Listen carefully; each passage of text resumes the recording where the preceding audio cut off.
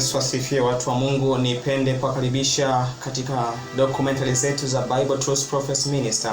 Na leo tukiwa tunaelekea Misri, tunafahamu ya kwamba toka Novemba 6 tunafahamu wakuu wa dunia na wakuu wa dini wako Misri. Lengo ni moja tu, wapo kwa ajili ya COP27, ambapo COP27 inasimama badala ya Conference of Party, na hapo kule kujadili kuhusu mabadiliko ya tabia nchi. Na huu ni mkutano wa 27, na mkutano wa 26 ulifanyika Glasgow, Scotland, na huu uko unafanyika kule Misri. Na kinachoenda kufanyika kule, tunafahamu ya kwamba wanatetea juu ya mabadiliko ya tabia nchi, kwa sababu mabadiliko ya tabia nchi yamekuwa makubwa, dunia inahitaji kufanya kitu. Kwa hiyo wakuu wa dunia wapo kule, na tunafahamu wanafuatilia unabii watajua kwamba tarehe 14 wanategemea kutangaza amri 11 za mabadiliko ya nchi. Hizi ndizo amri ambazo wanakwenda leo kuwa alert, na watazitangaza katika uwanda wa Sharm el Sheikh. Na tunaweza kupata hizi amri katika gazeti linaloitwa gazeti la Newsweek katika ule tarehe 25 mwezi wa 8 2022. Hii ndio gazeti lililizi hizi amri 11 za mabadiliko ya nchi. Nitakupeleka kwa haraka. Nafahamu kwamba hizi amri 10 za mabadiliko ya nchi muasisi wake ni Pope wa Vatican.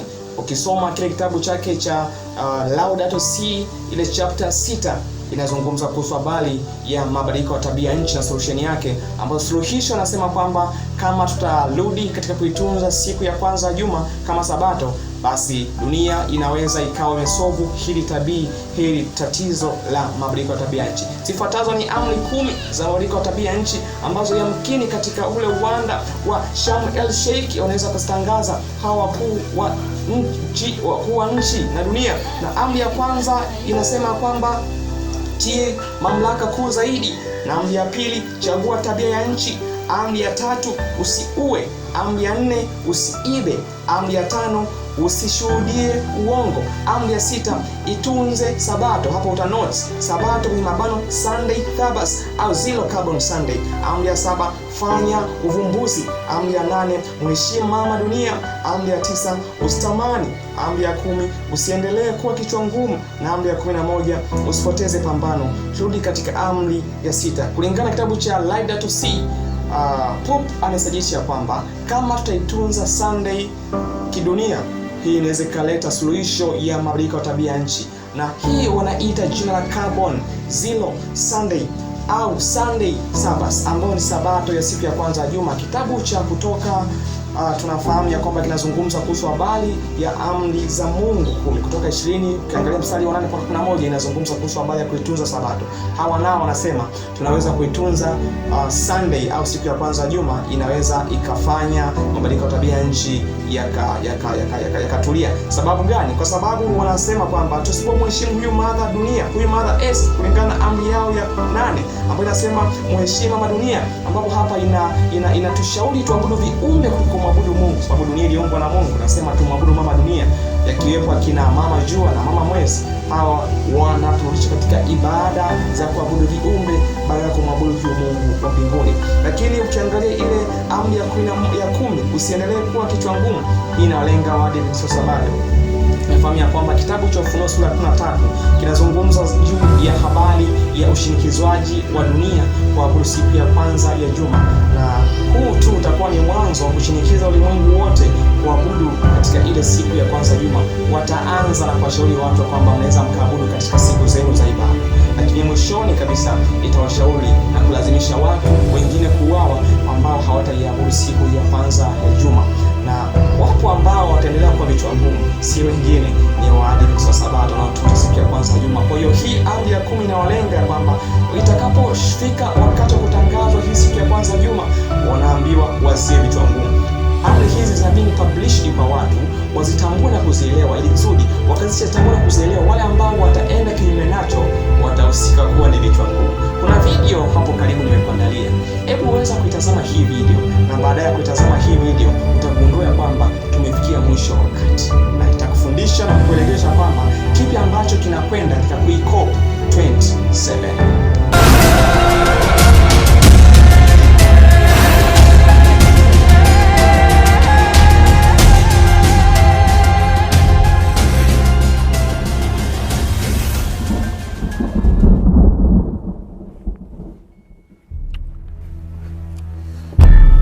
This article here from Newsweek states that if we do not learn from the ancient Egyptians and worship Ra, the Egyptian sun god, then our civilization as we know it is doomed. Now, this next point is very important for us to understand, because in the same article it says that everyone should keep a Sabbath in order to care for the climate. And it continues to say that each religion can observe a Sabbath on the day of their choosing. But it ends by saying that we must worship and honor Ra, the Egyptian sun god. Now, on which day of the week did the pagans primarily observe as the chief day of the sun? It was none other than Sunday. Exactly. So this lets us know that this COP27 meeting is nothing but a disguise to get the nations to rest and worship on Sunday for the climate. And so what's interesting about that is that it brings my mind to a chapter in the book, The Great Controversy. And that chapter is entitled, An Era of Spiritual Darkness. And in that chapter, it lets us know that in the early centuries, Sunday, as well as God's true seventh-day Sabbath, were both seen as holy days. However, as time progressed, Sunday was exalted above God's true seventh-day Sabbath by civil and religious leaders, while correspondingly, God's true seventh-day Sabbath was demoted and declared as a curse. On November 13, 2022, church leaders from around the world will head the movement to ascend Mount Sinai in Egypt and then descend with the agenda to implement 10 Commandments plus 1 to combat climate change. This solution they will impress upon the civil leaders to enact. Now, what deity will be revered and honored in this event? Well, the reports state that it is Ra, the Egyptian sun god. The events that will proceed from this COP27 climate change summit will have global repercussions.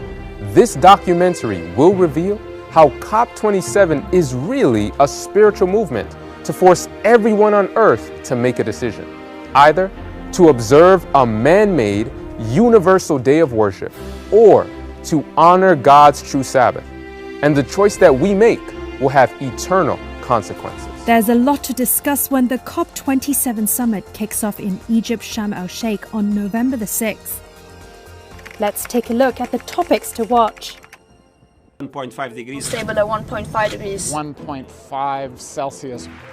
Countries promise to revisit and strengthen their national climate plans to ensure they are aligned with the Paris Agreement goal of preventing warming beyond 1.5 degrees Celsius above pre-industrial temperatures. This is real progress in keeping 1.5 degrees within reach. Progress that we have made together. COP, or COP, which stands for Conference of the Parties, is a climate change conference organized by the UN to address global warming. Now this year, they are holding their 27th summit in Egypt. And they believe that millions of lives will be saved if the nations implement several policies that will limit the Earth's temperature from increasing greater than 1.5 degrees Celsius. The two main religious organizations at the helm of COP27 and the return to Mount Sinai are the Interfaith Center for Sustainable Development and the Elijah Faith Institute. An article written by Newsweek entitled, For Our Sin of Emissions, 10 plus 1 Climate Commandments, clearly outlines what the so-called 10 Commandments plus 1 are. The author is a Jewish man by the name of Yosef Abramowitz, who serves as an ambassador for Israel's Climate Solution Prize. Out of the 11 commandments, we will just highlight 2. Their number 6, keep the Sabbath. Their number 11, which is their plus 1 commandment, don't give up hope or the fight. Notice what is said under their commandment number 6. Emissions are down 30% over the Sabbath every week in Israel and are almost zeroed out on Yom Kippur. A global, weekly, non-carbon day of rest could reduce emissions of the world by 1/7 and can be observed by different faith communities on different days. It sounds good, doesn't it? to allow each religion to observe a set day of rest on their respective holy days. But is this really feasible? 3 of the largest world religions include Islam, Judaism, and Christianity, and the majority of their members worship on Friday, Saturday, and Sunday, respectively. Would the general public approve of having the majority of businesses and services closed down up to 3 times a week? Or do you think that more citizens would be in favor of having just one universal day of rest, which works for most people? Now let's go back to the article by Joseph Abramowitz and pay attention to the startling +1 commandment called, "Do not give up hope or the fight." Now right here he states that we should honor and worship Ra, the Egyptian sun god.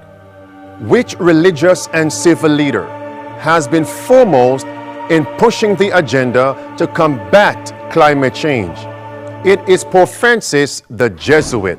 His encyclical Laudato Si serves as the basis of the UN Paris Climate Agreement. According to paragraph number 237 of Laudato Si, Pope Francis states that all nations should enact Sunday rest by law to combat calamities and to care for the poor. So from different perspectives, we have discovered that the ascension of Mount Sinai counterfeits God's law and his true Sabbath. God's 10 commandments have not changed, which means the 7th day of the week, commonly called Saturday, is still God's Sabbath. The religious and civil leaders are uniting to lay the foundation for a national Sunday law, which will force people to rest and worship on Sunday or face prosecution, persecution, and even the death penalty. Based on the prophecies of the Bible, this great event of spiritual, mental, and physical, even financial enslavement begin in America and then goes worldwide. During the drought and famine in the days of Elijah, the religious and civil leaders were summoned to ascend Mount Carmel. Who did they worship as the solution to end their climate crisis? It was Baal. And what is Baal worship? According to 2 Kings 23 and verse 5, Baal worship is nature worship, and the chief god of nature is the sun. Interestingly, as you study history, Baal and the Egyptian god Ra are the same god under different names by various nations. Based on history, it was Emperor Constantine of Rome who was the first to enforce Sunday worship by law throughout the empire on March 7th, 321 AD. The Roman Catholic Church takes credit for making Sunday popular as the new day of worship. In the Roman Catholic book, The Convert's Catechism of Catholic Doctrine, on page 50, it says, "Which is the Sabbath day?"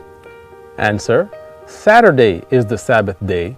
Why do we observe Sunday instead of Saturday? Answer: we observe Sunday instead of Saturday because the Catholic Church transferred the solemnity from Saturday to Sunday.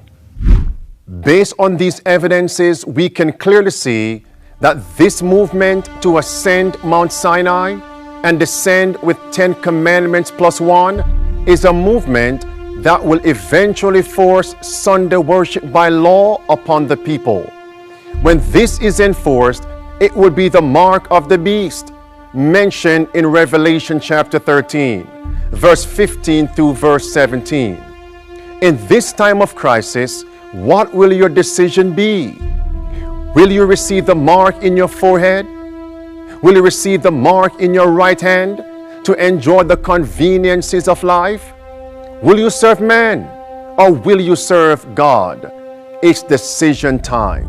Oh, my friends, Jesus said, if you love me, keep my commandments. If you love him, obey his 7th day Sabbath.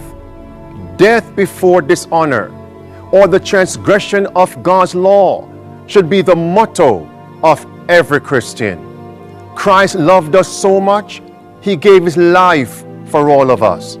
If we claim to love him, we should be willing to give our lives for Jesus and his truth. We're about to enter a time of trouble such as never was.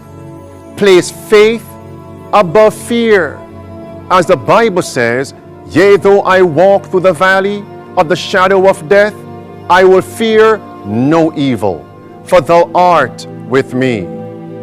God hasn't given us the spirit of fear, but of love, power, and a sound mind. Faith in the ability of Christ to save us amply, fully. Baada ya kuitazama hii video, umejifunza nini mtu wa Mungu?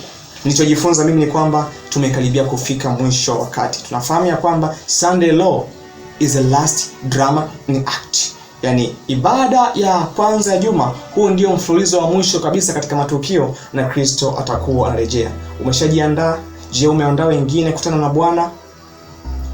Siku yako ni leo. Na siku ya wokovu ni sasa. Usisubiri kesho wala kesho kutwa, maana shetani anayo haraka, anajua muda wake umekwisha. Kwa hiyo ajenda zake anazipeleka kwa kasi ili kusudi aweze kutimiza hizo ajenda zake. Mungu aendelee kukubariki sana, lakini usiache ku-like, kushare pamoja na kusubscribe, wengi waweze kufikiwa na hizi njumbe. Kumbuka hii ni Bible Truth Prophet Minister, channel yako ambayo inakupa masomo mengi na itaendelea kukupatia masomo mengi kama haya.